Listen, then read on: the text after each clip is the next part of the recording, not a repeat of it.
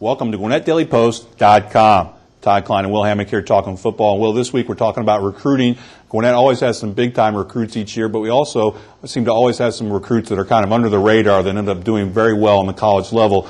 This year, is that the same way it looks this year? Yeah, it happens every year, and I think nothing frustrates a high school coach more than when they have a big-time football player, a guy that's just a solid football player, gets it done on the football field. But for whatever reason, he doesn't have those stars next to his name by the recruiting services. Maybe he's not quite, he's a couple inches too short. Whatever the reason, they don't get the college interest they should. And there's definitely quite a few of those guys in Gwinnett County this year that are kind of under the radar who probably should be getting more attention from recruiting experts. Well, let's start on the offensive side, Will, and some of the guys you think that are under the radar and may end up being really quality college players. I think it starts at quarterback, and we've talked about these guys a lot. Taylor Heineke from Collins Hill and Kent Rollins from Air Force. Heineke's the best quarterback in the county, maybe in the state, really throws a good ball, also moves pretty well. Has no offers at this point. Kent Rollins only has an Air Force offer, so I really think both those guys, that in my eyes, they have to be Division I quarterbacks, and I think before it's all said and done, they will be Division I quarterbacks. But also you have a guy like Dexter Walker or Tequila. He's a guy that could probably play defense at the college level. He's also a good running back. And Man Ray St. Armour from North Gwinnett, he's an excellent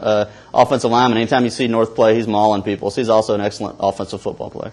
Now let's move over to the defensive side, Will. Obviously, there's some probably good quality players there that maybe the recruiters aren't high on right now, but who is it that you think might make their mark on that side of the ball? I think a lot of it's at the linebacker position. It's usually a height issue with those guys. Seth Hensley from North Gwinnett, he's maybe 5'10", but he's as strong, a powerful football player as you're going to see in Gwinnett County. Runs well. He could be a good fullback at the Division I level or a linebacker, but because of that height right now, he's not getting the early D1 attention, but I think he's going to be an excellent player before it's all said and done. Brandon McGowan at North Gwinnett has some offers, but I expect him to get some higher offers. I think he's that kind of player, very versatile, very mobile. And Cameron Lynch over at Brookwood, I know he's committed to Syracuse and is firm with that, but he's a guy that I think is an SEC, ACC type of linebacker if he chooses to go that route, and I wouldn't be surprised to see some of the bigger schools come after him.